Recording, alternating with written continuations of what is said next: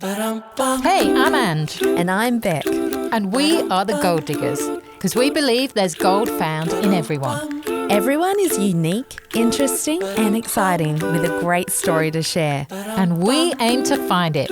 The question is, can we rise to the challenge and strike gold? Stay tuned to find out as we chat to today's mystery guest. Honey, you're my sugar. So this is how it works. One of us knows our mystery guest and the other doesn't. And today it's Beck's turn to discover the gold in our special guests, Russell and Debra. Welcome. Welcome. Welcome to the show, Russell and Debra. It's nice to have you here. So it's unusual that we actually have two guests, and I invited Russ and Deb because they are visiting from Sydney and they are obviously married. Yes. Been married for 33 years and are probably some of our longest friends. Like, we've known each other for 26 years. 26 years. Wow, about as old as I am. Yeah. There are... You wish, Beck. You almost missed that one. I did almost miss that. I was too we busy thinking about the next We sentence. were 10 when we got married. Yeah. They knew me at birth. Yeah, wow, amazing. Yeah, 26 years. You guys became friends when I was born. In fact, you remind me of how old I am every time I I know. see you. That's not a good thing. The mirror reminds me how old I am. Yeah. You're doing well, Russ. You're doing well. So I'm going to send Beck out of the room, yes. and then we will bring her back in a bit. So thank you, Russ and Deb, for coming and joining us in the studio. A little bit under duress. You've come to visit me and Noel for a week, and I'm like, nah, come on, join us in Stretching the the friendship, studio. Angela. Lucky we love you lots. Yeah, we're testing it now. 26 years in. We'll see where the boundary lies. Yep. What I love about you guys is no matter where we go or what season of life you're in, you see the golden beauty in everyone and everything. And that's what makes it fun to travel with you, because it's like, wow, look at this amazing landscape. This is the most amazing food I've ever eaten. You just know how to live a very joyful life. And it's, I just love it. It's like intoxicating, and it puts life into perspective. And that's a great asset to you guys, because I know you've been through some real challenges in your life. You're both business people. You've ran businesses in marketing. You've been in the commercial world, and even gone through this difficult time of infertility, and there's been health issues in that journey, and that hasn't resulted in you having children. And so the fact you guys have got a healthy 33-year marriage and you see life as joy and adventure and always with excitement, I think is an incredible testament to you guys. And I just know there's going to be so much gold revealed in this podcast. So I'm really excited for Beck to hear your story and pull that out. So shall we bring her back in? Indeed. Honey, you're my sugar. So, Beck, you're back. I'm back. Do you know what? I found that really nerve-wracking, Yeah. introducing really good friends. I found it harder to introduce Russ and Deb than I probably have anybody. Oh, really? Yeah. Why do you reckon? Because I'm going from memory. Like, normally I've got like little bullet points or whatever, but I'm going from memory. And the thing is, I know so much about them. It's like there's so much gold. What the bits do I pull out? Yeah. It's actually really What do you want hard. to tell me. What do I want to say? And then I suddenly realised Yes. they can actually dish the dirt on me. But it's So I'm gonna be funny- nice. It's funny you say that, Ange, because I was out there thinking about my first question. Oh, go on. And the first question is, so seeing as Ange has told me that she's known you for 26 years, what is Ange's quirkiest Oh, no. personality trait? You go, babe. Her dislike of things that fly. Especially butterflies. Yeah. I could probably say the same. Yeah. Yeah, Deb is my go-to person. Like, if there is a moth or anything that's like a bug, she'll just go along and gently pat it and feed it. And Put it on her hand, let it have a little play on her hand, and obviously, Is she your protector from Yeah, scary bugs? but actually, Deb grew up in Queensland. I did. So I grew up here, and so You're all the used. bugs and the frogs, and I was a bit of a tomboy, and Yeah. And then many years ago, when Angela and Noel said, "Oh, we're going to move to Australia," and I'm like, "Sure, that's great." And then she went, "We're going to move to Queensland," and I went, "Angela, the bugs are really big up there. Are you sure?" What's your favourite bug? Yeah, well, I love frogs. Yeah. And lizards. No. She's a bit strange. I kind of like all sorts of things. Yeah. And Russell, have you got a favourite quirky personality trait of Angela's? Angela likes order. Oh, So there's when you travel with Angela, she likes order and she likes programs and an agenda, and also over ordering food. Always This is over true. orders. There's always leftovers. totally. I do got do that. lunch for tomorrow. I don't know what. I don't know how much I think people eat. It's just like I Yeah. do always It is a thing, isn't it? Yeah. Yeah. But, Better more than then you're enough. stocked up. Well, that's true. Exactly. Won't go to waste. I like to be generous. Yeah, it's lovely. Okay, so let's hear the story of how you met Angela. How we met? Well, we were at Bible College in third year, and I remember at an orientation camp, and Angela and Noel came in late. Angela had some kind of like mod haircut. It was like a real short bob. With a really Very straight dark, fringe. very Yes. straight. Like a bit And so Uma you Thurman could- in Pulp yeah. Fiction. And Noel was Noel with his normal sense of humour, but Noel and I clicked straight away because I thought, here's a guy that gets me, he gets a sense of humour. And then we started playing soccer together. And at college at that stage, there was about two couples that were married, and then suddenly there was an influx, which was really wonderful. So we used to go to their place for pizzas on Friday night and sit around and moan about college and all those kind of things. So, and then Noel and I started playing soccer together, indoor, and that's where we kind of just clicked. And Russell is like, I call him the unofficial mayor of Sydney. He just seems to you like to do these tours, don't you? Any new person that comes to... I love my city. Even though I grew up in Melbourne, I love Sydney. Right. It's a big footy Yeah. fan too. Footy fan. AFL, Right. the real football. So you grew up in Melbourne, and Deb, you grew up in Queensland? In Queensland, Great. predominantly. A little bit in New South Wales, but predominantly Queensland. Yeah. I call myself a Queenslander. Yeah. So Yeah, you're yeah. born in New South Wales? No, I was born here Born on here, the sunny coast. But yes. yeah, then I spent several years in a little village in central West New South Wales, which was quite fun. And, so I like to call myself a bit of a farm girl because of that experience. Yeah. And my older sister does have a farm, so yeah. So yeah. where was that in New That South was Wales? in a little tiny village called Turawina, which is at the foothills of the Warrumbungle Mountains. So Right. not many people know where it is, but Yeah. it was a really, What made your parents want to move from the beautiful Sunshine Coast to there?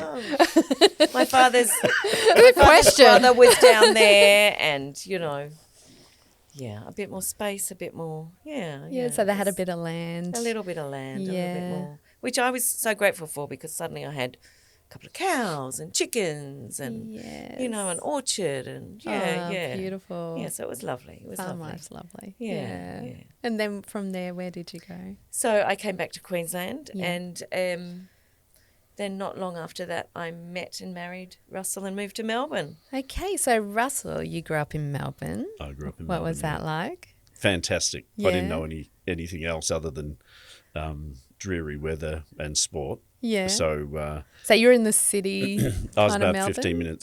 15 to 20 minutes out of the city. Okay. So grew up in a city, never had exposure to farms, Yeah. and married a girl that loves farms. So, Right. but grew up in Melbourne, and then I was visiting my brother, who was Deb's youth pastor Yeah. in Brisbane. Yeah. And it was a kind of funny thing. I'd driven from Melbourne on my own that day. Yeah. So just arrived. My brother said, "Oh, do you want to come to a barbecue at Mount Cootha?"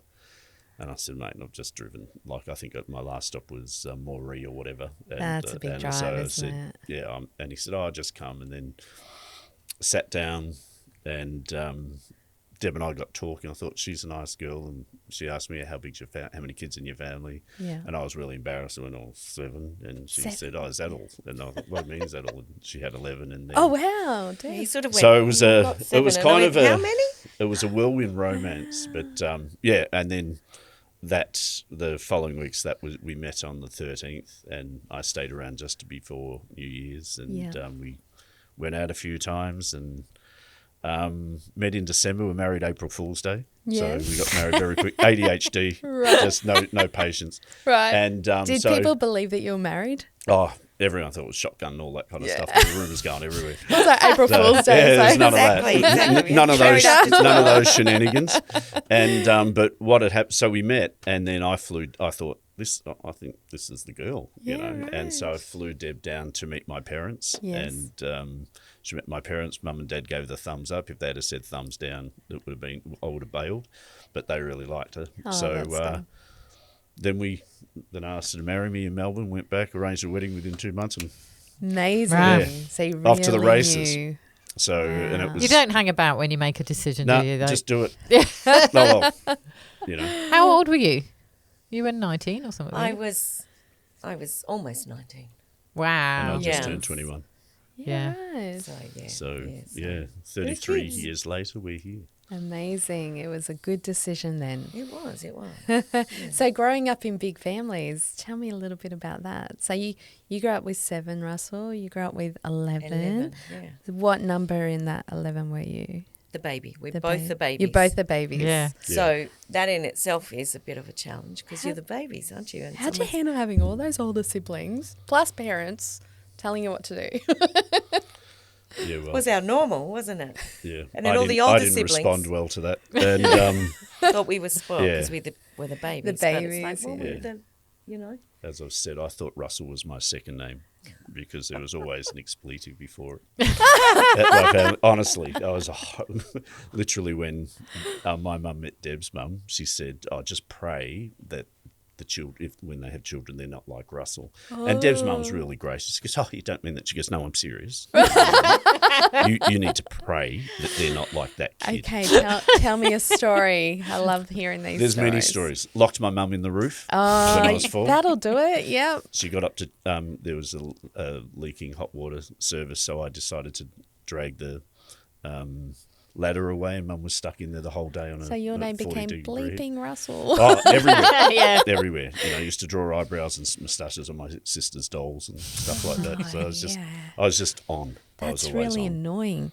Yeah. Would you say brothers do that? ADHD? I've been, massively. Yeah. Yeah. My dad Yeah. is as well. He's 91 and he's always Yeah. on. Yeah. And Deb, were you like that, or were you a good, placid girl?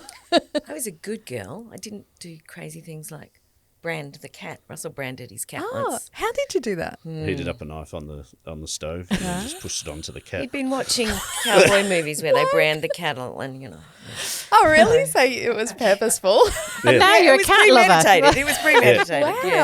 Wow. And cut How off did its that- whiskers to see how it would cope. How did that turn out? Yeah, not well. Oh, well, Try to hide the smell of burning hair and a knife and a kitchen knife. I'm your surprised mum. the cat When stayed she could hear still long the enough. cat scream. Oh, What have you wow. done? I was like 6 or 7. I wasn't pulling wings off flies or anything, but it was just like Just branding I'd the watch cat. it. Just branding the yeah, cat. just Yeah. wanted. And I And it's brand my basically cat. just You do. escalated since. Yeah, wow. Yeah, so Sounds like fun. yeah, And is that why your mum stopped at 7? yeah, I think so. She used to say, if you were my first honey, you would have been my last one. The only child. So, like for Deb, the age gap for you and your older sibling Yeah. is massive, isn't it? Yeah, she's 21 years older than me. So I have multiple older siblings that could be my parents. So growing up, I often, I was aware and sort of reflected on the fact that basically my parents were my grandparents' age. Yeah, right. You know, raising me. But Yeah, because I was Yeah. 21 when I had my first. yeah, so they were, Mum was in her early 40s and Dad was nearly 50 when I was born. So, Yeah, right. you know, yeah. So, but I thought that they were wonderful parents. And Yeah. I loved being in a big family. It was really fun. Yeah. It was really lots of fun. Yeah. And your siblings, they weren't too bossy, they. Well, some of them were, and it's really quite interesting having lived away now for very many years, Yeah. and then coming home and we all get together and they sort of all, you know, get bossy again, like I'm the little sister, and it's like, hang on. Yeah. Both my parents are gone now, so being from such a big family, Yeah. I always had an awareness that I would be quite young when I would lose my parents, and I was 34 when Mum went, and Dad's gone now too. But yeah, it's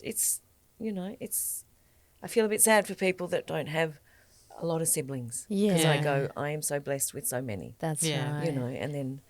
Do you find that there's a designated sibling that organises get-togethers now? I think it has been different ones over the years, and as time progresses, it becomes a different one. But there's always one or two that you sort of ring and go, hey, does anybody know what's going on?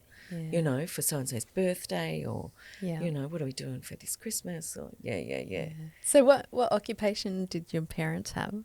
So Mum was just Full-time mother. a full-time Absolutely. mother with 11 of With us. 11, yes. And Dad had... You're going to love this. He was... So as a child in school, and you would say, I'm from 11, okay? Yeah. They'd go, are you Catholic? Which I just didn't understand that question. I go, no, we're not Catholic. And then they'd go, don't you have a television? And I'd go, oh, no, Dad's got his own radio and TV technician workshop business. We've got televisions. Yeah. So that was Dad. He was a radio and TV technician. So And a prolific breeder. yes, that too. So Wasn't much different in your family, but No. Yes. What were your parents' occupations, Russ? Dad just worked warehouse. Mum was a full-time mum. And it's interesting. I come from a blended family. So my mum's, I've got 3 half-sisters. Yeah. And my mum's husband passed away when she was young. And then my dad used to date my mum before she was married. And he'd gone walkabout and come back and found out she was a widow. And so he said, hey, you're going to need a father for those kids. And my mum said, I don't love you. And he goes, oh, you'll learn to love me. Yeah. And so they got married, and Did she for learn 60 to love years. him? Yeah. Oh, yeah. Amazing. And then so 4 of us came after that. Yeah, wow. So I've got 3, but I don't know them as half sisters. They're just my sisters. Yes. So, Yeah. but and we did well. There's 7 kids, and imagine Christmas. Oh, yeah. oh, it's pandemonium. Great, Yeah, yeah. pandemonium. But It's fun yeah. though, isn't it? Yeah, it was. a It lot of was. people. Look, it was great actually. Always having someone home. Yes. And I'd never go home to an empty house. There was always someone there, and having older sisters, because there's a gap between 8 years between my brother and I. Yeah. And so being the baby of the family, got special treatment as well. So which was good because when I was a teenager, my brothers and sisters had gone through all the pain of mum not letting and dad not letting them do stuff. So with me, they just threw caution to the wind. So And let you get away with everything. Yeah. Crazy stuff when I look at it like now. Yeah. 12-year-old catching a train by himself into the city. Wow, yeah. Without any worries. And so, yeah. But you sound like you're probably a very confident kid. I was, fairly independent. My mum said, like, this is a funny thing. She said the biggest heartbreak for her was my first day at school because I was the last to go to school. I was the last child to leave. And when she got into the class, all the kids were crying, holding on to their mums. And I just turned to her and said, you can go now. So that was it. I was very independent. And then when she'd come to pick me up, I'd make her walk 20 metres behind me. I wanted to walk by myself. At that young age? Yeah. Wow. I was always Nothing's changed. a real independent So do you kid. walk 20 paces? He's always at least 5 to 10 metres in front of me, and I'm like, oh, wow.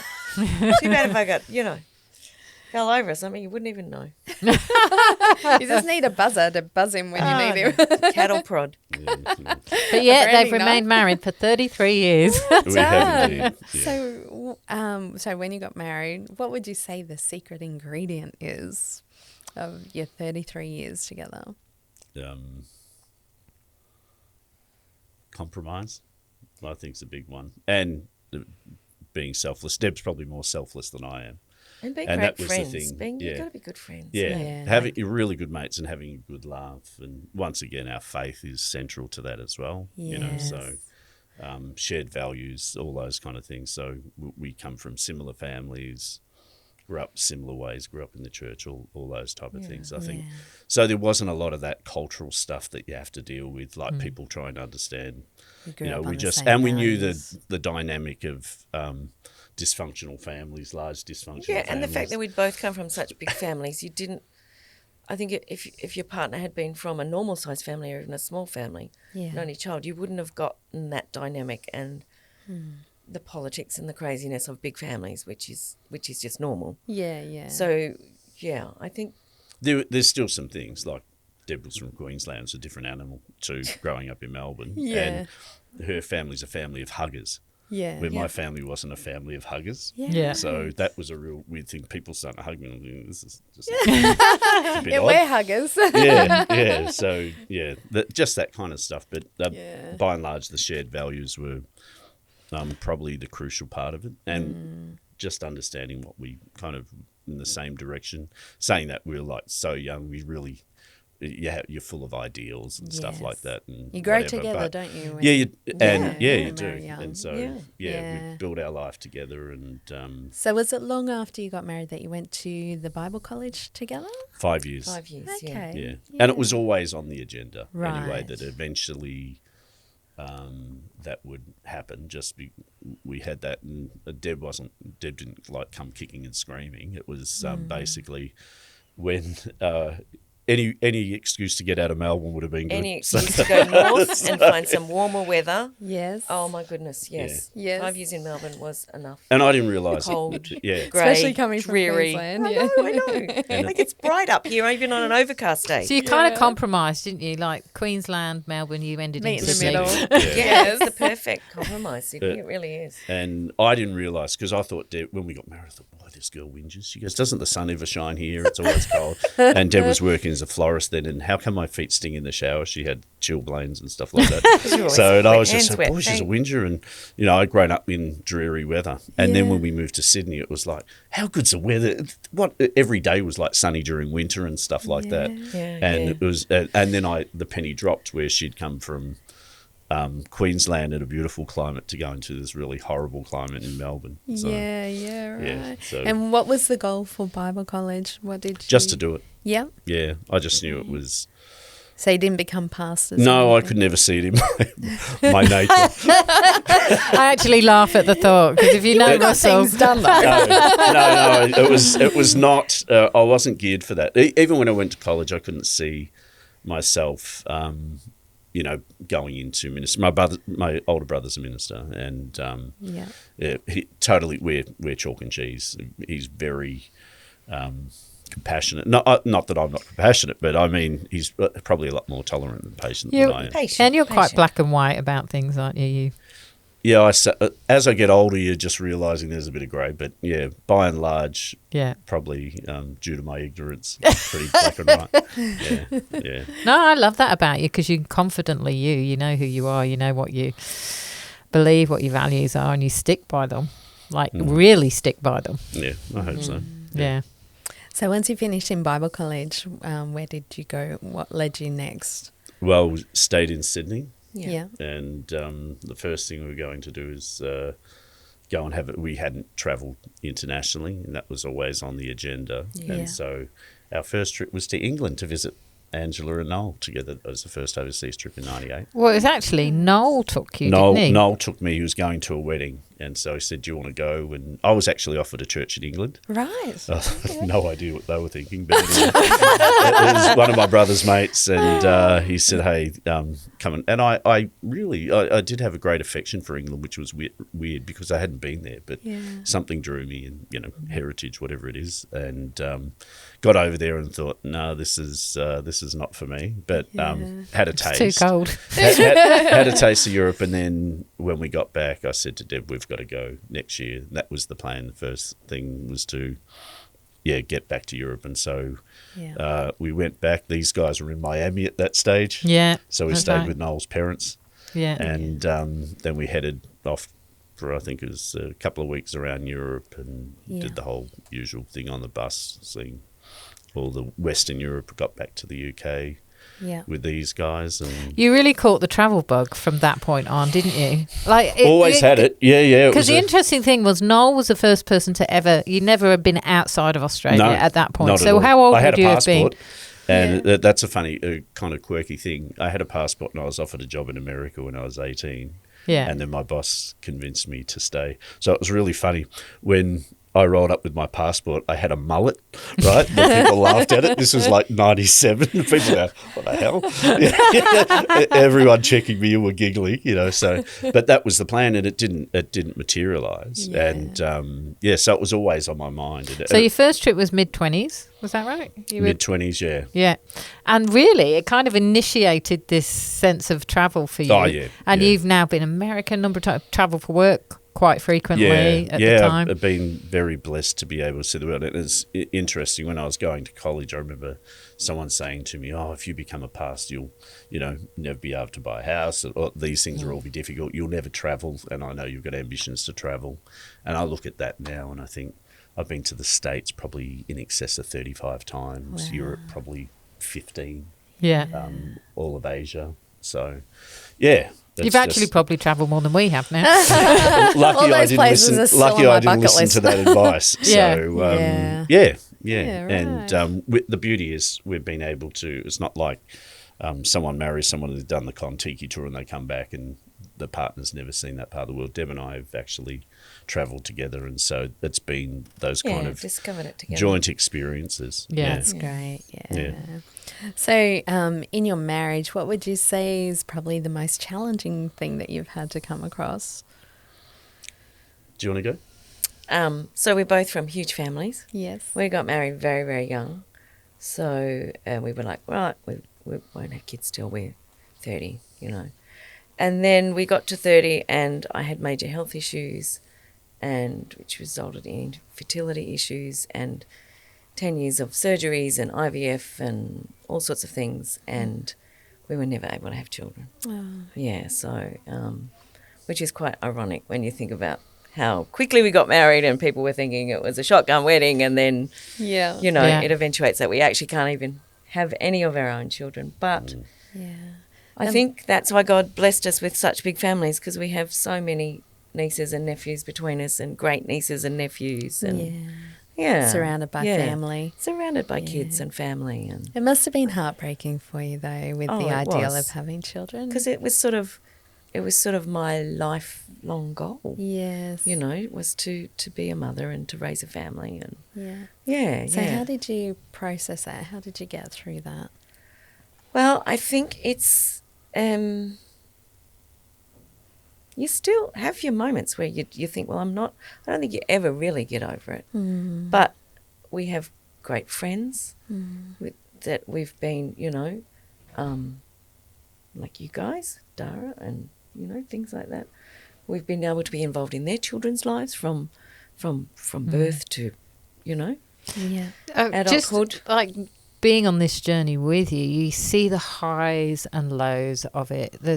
You're through that now, but at the time it was like, okay, this treatment, this IVF, we've got put all our hopes on that, and then it doesn't work out, and you see the highs and the lows, and it's such a turbulent journey, isn't it? Like, to me, it's amazing how you guys came together through that. And like, what is the glue for you that made you?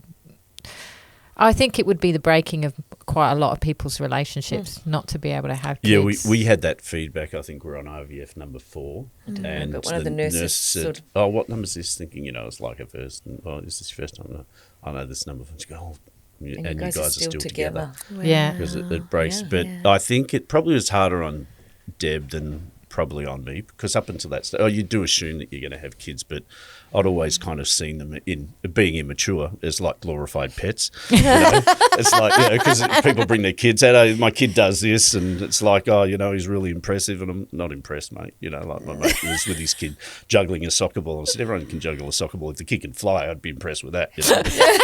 So for me, it wasn't a huge thing, and it wasn't initially. And then when you start getting invested in the challenge with Deb with endometriosis, that was just, we went through those operations. That was a biggie. And then I kind of fairly stoic. I'm a bit like my mum was fairly stoic, and so in that respect, you just try not to let your guard down and build your hopes up. But I think we got to a stage, I think it was about number 7, and you know, that's a whole other thing, making love to a jar before, you know. It's like, that's a whole other world, you know. It's like, yeah, we conceived, don't need to go there. we conceived in separate rooms, you know. It's just the most bizarre thing. But there was all that, and that initial thing when you first go in there, it's just, as a guy, you're embarrassed and you walk in there, where do I put this, you know, and then the last thing, anyone want this, you know, like at the end, you just don't care. You lose all dignity. Yeah, you just do. It just becomes. But I think one time I let my guard down. I thought, because we were made a promise. Oh, I think we're gonna go, and so you click over, and I think that was kind of tough for us. And then we finally had someone tell us the truth, saying, "Hey, this is not going to happen." We'd gone through 8 IVFs. We had a surrogate mother lined up, and to carry the baby, because Deb had trouble carrying and all that stuff, and then it didn't eventuate, and so we took a holiday and just caught our breath and thought, okay, like, you know, it's for better, for worse, sickness and health. That's what we signed up to.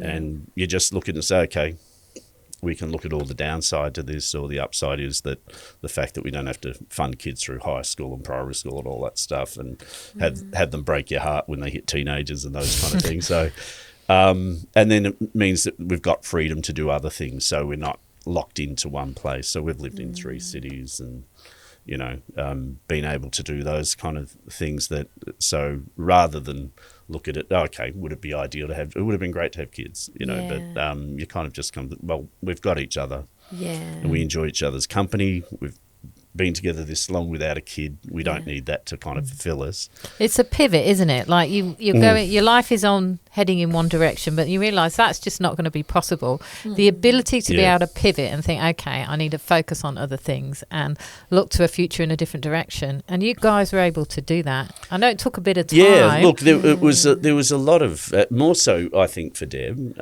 because Deb she's just awesome with kids. And with me, I won't say take them or leave them. I think that if you're your own kid, it's like, you know, it's a different story. But for me, I just didn't have those kind of instincts.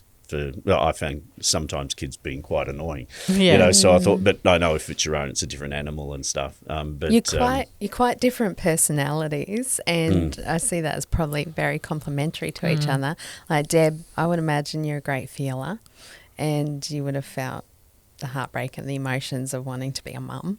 And then Russell, you would have been able to probably balance that out a bit more and pull her up out of that. Yeah, I hope so. Look, it was just, and it still hurts, you know, sometimes like the weirdest thing, I'd be sitting in a car and see a guy walk with, or sitting in Macca's with his little daughter, and you just think, oh, I'll never have that kind of experience, but then I won't have the experience of becoming pregnant either. So I don't think you'd have ever had that one. every cloud has a silver lining, you know. So, but just so, but they're kind of things that hit you a little bit. And I love sport and AFL, and my dream was, you know, to have a kid that you coached and all that stuff, but you just can't dwell there. You can't plant yourself there. And sadly, I've seen couples that couldn't have children do that, and it just became like they were victims. And look, everyone's on their own journey, but I just thought, look, Deb's in good health, and because she wasn't in good health when she came out of her operation, she's in good health. That was the first priority, that she was healthy, and our marriage was healthy. And I thought, well, we can cope without having a kid, because counting your we blessings. don't know what we don't have, even though there was this kind of expectation to do that. And let's go to the operations for a moment, because it's a big that was a huge season in your life, wasn't it? Just with your physical health. Yeah.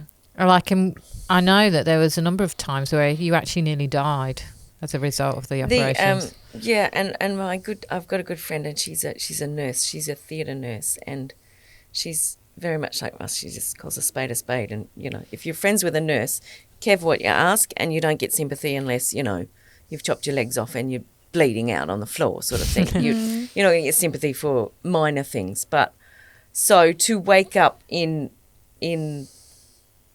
the bed after the surgery and to realise she was sitting there and she was crying. In my very hazy, drugged up state, I sort of went, jeepers, if she's crying, I'm really in trouble, aren't I?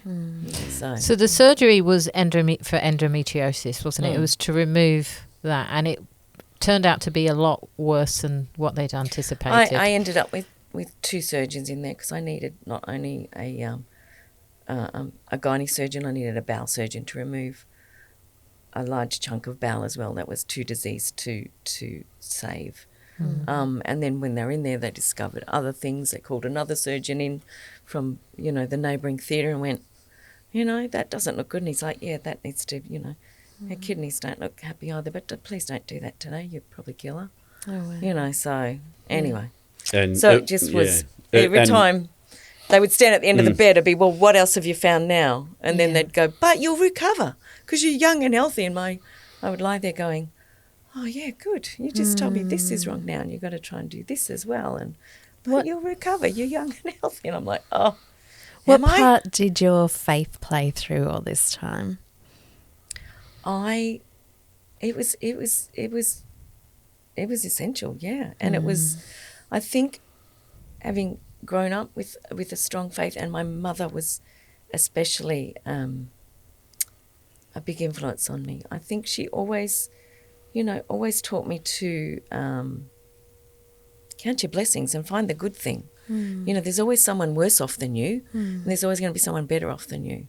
So even there, it was like, well, I'm not dead, and I'm not permanently disabled, and I haven't told me I've got a terminal illness.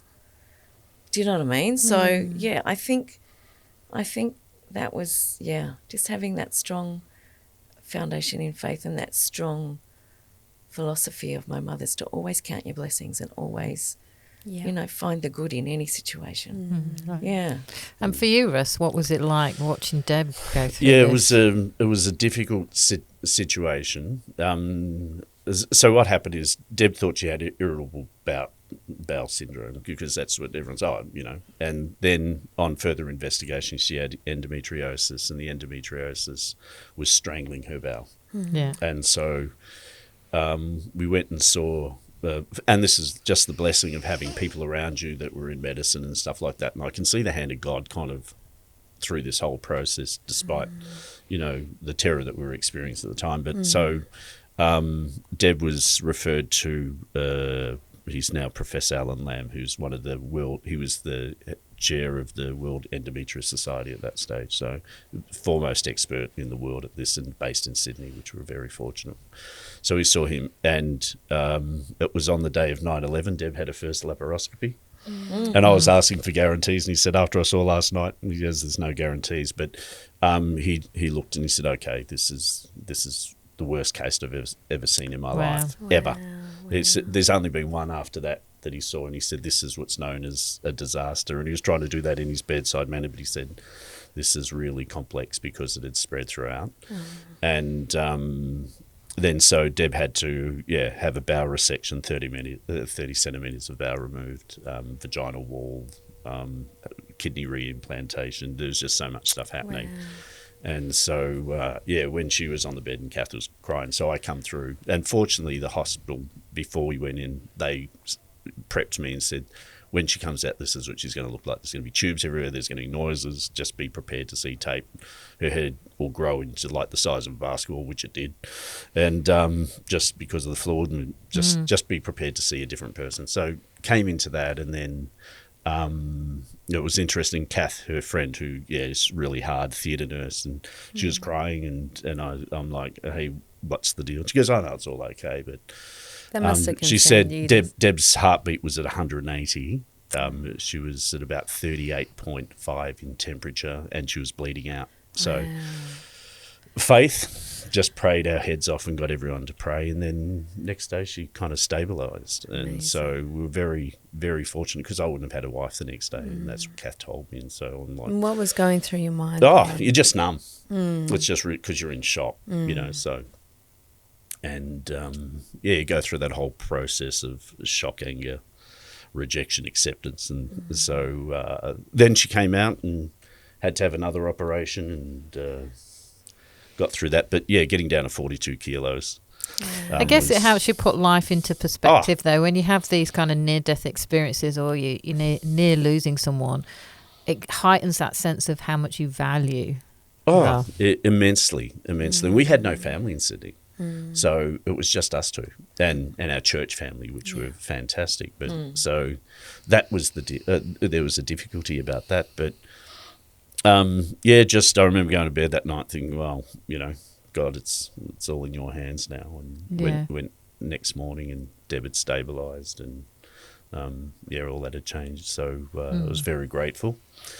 And then we started the journey of trying to spit out a kid. And so that was after the operations, yeah. And then you went through IVF. Yeah, and that was a whole journey on its own and stuff. But what I loved about that is you almost exhausted every possibility that you could. You got to the point where there's just no other avenues to try, and then coming to that point of acceptance. Okay, we're going to have to just look at a different future. Have you found peace with that? Yeah, I think we found opportunity, which is interesting, because after that, we built a business that went really well and stuff, and then we sold out of that, and it was still, what do you do, kind of going forward, because we won't have the grandkids, all those kind of things. But we thought, well, we'll travel. So we've made that's kind of a passion for us. But and in my travels, it was an uncanny situation. But a guy at our church was married to a Cambodian. We'd sold the business, so I was taking 18 months off just to kind of catch my breath and work out what I was going to be when I grew up. And, you're still trying to work it out. Yeah, still trying to work it out. And he invited me to Cambodia because he was married to a Cambodian. And so I went over there, and then when we got there, he was over there. He said, come over, and have a look around. And we got over there, and her sisters were running a preschool in a village. And so we went out to see this preschool, and literally it was a bamboo hut. It was a bamboo hut. Yeah. Just with a bit of grass on the top. And there were all these kids. If you know the story of Cambodia, a third of their population was wiped out by Pol Pot. The youngest population in the world in regards to being under 15, those kind of things. And basically with Pol Pot, if you were educated, he wanted to go back to year zero, so killed everyone that could even read or write. Wow. And it was just, horrific. You hear the stories and stuff. So as a result, there's a lot of poor kids over there. And so we're in this village, and a lot of these kids couldn't afford to go to school. And so these two poor ladies from the city, they were teaching them. And so I went over there and sat there, and I walked out of it. I was just kind of all these little kids. And I thought, and I rang Deb. And I said, what's your biggest need? And they said that our biggest need's land. We're in the temple area of Siem Reap. And we rent off Buddhists. They don't want us being here. They keep bumping the rent up. So I said, I'll go find a block of land. And we bought that. And so I rang Deb, and she thought I was going to do an Angelina Jolie or Madonna. I thought he was going to ring and say, I bought us a baby. I bought us a couple of kids. So I rang her and I said, hey, this is what's on my heart. These guys need a place to put a school. And so we bought a land. And as a result of that, that's kind of grown. And we've put probably 150 kids through the school, and they're learning English as well as Khmer. So it means that their way out of poverty is tourism, because that's where Angkor Wat is. So they'll get a job in tourism in a hotel or something like that. And because they're English speaking, it makes it a lot easier. So despite the devastation not having kids, we've been able to input into other kids' lives. And this is, now we're into 4 villages as well. We've partnered with another group, and so all that. And it's amazing just to see people rally around that. So, I was walking through the village, and there's little kids naked. And I was saying, what's going on with the naked kids, And my mate said, it's washing day. They only have one set of clothing. And so we just put out in Facebook, got any kids' clothes, bang, got a container load, shipped it over there. Amazing. And basically all type of clothing. So it was really weird. You'd be seeing some guy on a push bike, and he's wearing Versace and, and all little kids in Oshkosh and all that stuff. And so it was really, but it was amazing. All the people really just pulled their hearts out. And so that was, I guess, one of those opportunities that probably would never have been on our list. Not that we've changed the world in any way, but we've changed a couple of kids' worlds, and so and their direction. But if we had had children, probably that opportunity wouldn't have existed. So because you really went into the corporate world, didn't you? I know you owned your own business, but then you've been in sales and marketing, and you've really had a great career, pretty much, that's enabled you to then really provide for this. Because, it's, I guess prosperity doesn't come to you, it goes through you, So from that perspective, we've been able to do that kind of stuff. And, it's been a real blessing, Yeah. And what do you see for your future? Deb sees Queensland. Slowly getting back to the warm weather. I don't know, just a continue of the expansion of Cambodian stuff. Because I excuse me, I find it having a Christian faith. I'm, again, probably from my mother's practicality of having so many children, I find practical faith so inspiring, and that's what I want to be, a practical Christian, Yeah. So to be able to have an influence in these villages where they actually feed, they not only teach the children, they feed them, because that was sort of the incentive for the parents and the adults in the villages and surrounds to let the children go, because they could be helping out with foraging and finding food or finding things to sell for the family. So the incentive of, if you send your children to our little school, we'll feed them and teach them as well. And brush their teeth. So we actually and have different brushes for the and- kids and all that kind of stuff. It's quite novel, Their parents couldn't even afford toothbrushes. So when I was staying there, my mate said, look, can you bring some toothbrushes from the hotel you're at? And I said, why don't we just go buy some toothbrushes? They'd come to school, they'd get fed, they'd brush their teeth. When they got there, they brush their teeth when they leave. It's just simple hygiene things that we take for granted. But I find it amazing how you give back into kids' lives. And Deb, I know that you work in early childhood years, and it took you a long time, like you were in floristry, and then finally decided that actually I want to teach kids, young kids. Just to have that massive big turnaround from finding it difficult to be around children to giving your life to children is a huge testament to you and your faith. And so I love that part of your story. But I think it's time we go to some gold, Beck. I think it might be. You guys have been on an extraordinary journey, and life hasn't turned out the way that you initially imagined it would, have you? And you've been through a lot of pain as well. And pain has a way of stretching us and giving us more compassion than what we would have had otherwise. And it's also stretching... matter of stretching our minds into being able to empathise with each other, isn't it? Knowing what each other's going through. And I see that you guys have been taken on this very stretching journey, haven't you? And growing up surrounded by children, and your heart and lives always wanting to be surrounded by children, you've now become parents of more than 7, more than 11, but of hundreds of children, haven't you? Providing for their needs, just as a parent would, and putting into the lives of many more than what you would have if you'd had your own child. And I think that is the remarkable gift of, I guess, suffering. Your own suffering has generated this great generosity of spirit. And you could have given up, and you could have fallen into depression. Your marriage could have given up. You could have had miserable lives, but instead you have prospered with what has come out of it, and you've prospered hundreds of people outside of your marriage and become parents to hundreds. So I think you're amazing. You said that so well. What an impacting life. Like that is a well-lived life, and I think the strength of character that has come through your suffering is a blessing to many people. Beautiful. Couldn't have said that better. That's amazing. So thank you guys so much for being here. And before we tune out, Russ, you're an AFL guy. We've just had 2 grand finals. How are your nerves? No, I'm fine and dandy. Yeah. And you were going for Queensland, weren't I was you? going for Brisbane because that's where my wife's birthplace is. So, and being from Melbourne, so no, I was going for Brisbane on both occasions. And next year. Next year's our year. Yeah, thanks, guys. Thank you so much. Honey, you're my sugar.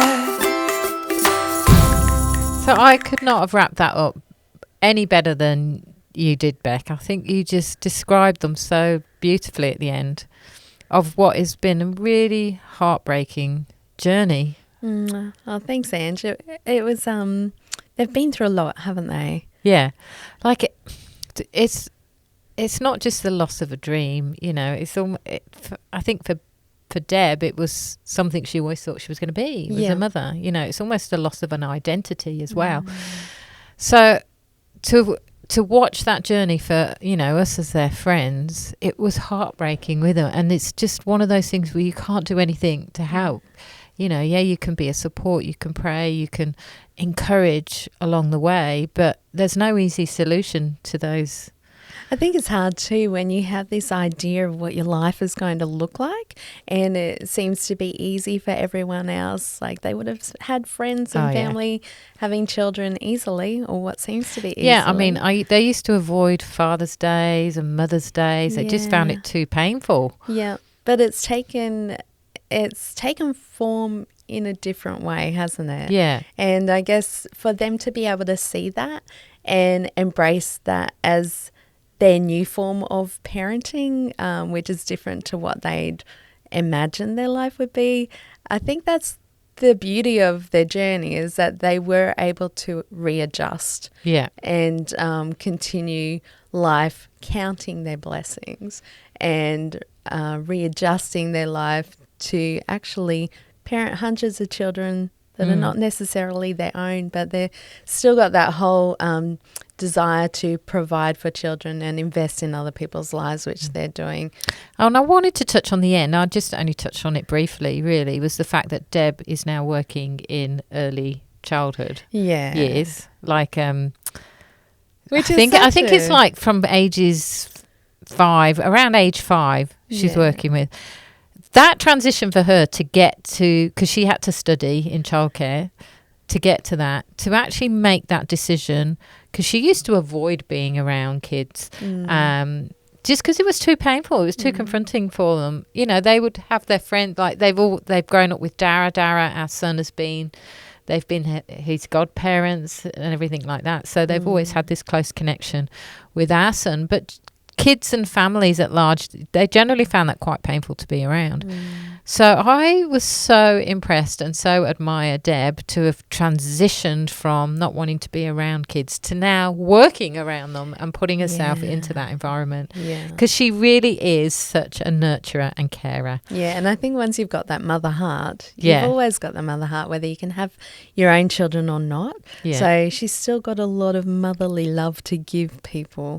And surrounding herself in a childcare as her employment is perfect for her to be able to allow that motherly love to flow onto others. Yeah, and they've done it with all their kids in the families and that they are close to. Dara sees them as his second parents. And they kind of see Dara as like their adopted son in lots of ways. And that's been a beautiful relationship watching that, because they've got so much to give. And you've seen that in what they do in Cambodia. And I just think it's incredible that they can transition from turning their pain and loss into investing and giving into other people. That's right. Yep. Sometimes life just takes a different turn. Yeah. It's about making the most of it, isn't it? And learning to pivot. Yeah. So that's it for today's podcast. You'll find us on all the major podcast platforms. The podcasts come out every Wednesday. We'd love to hear from you on our socials, the Gold Diggers Podcast. Tell us about your story so we can find the gold in you. Easy as pie, lemon, apple or cherry. Loving you is so very sweet, sweet, sweet. How can it be such a piece of cake? And your smile is the icing. Loving you is a party. Honey, you're my sugar. side.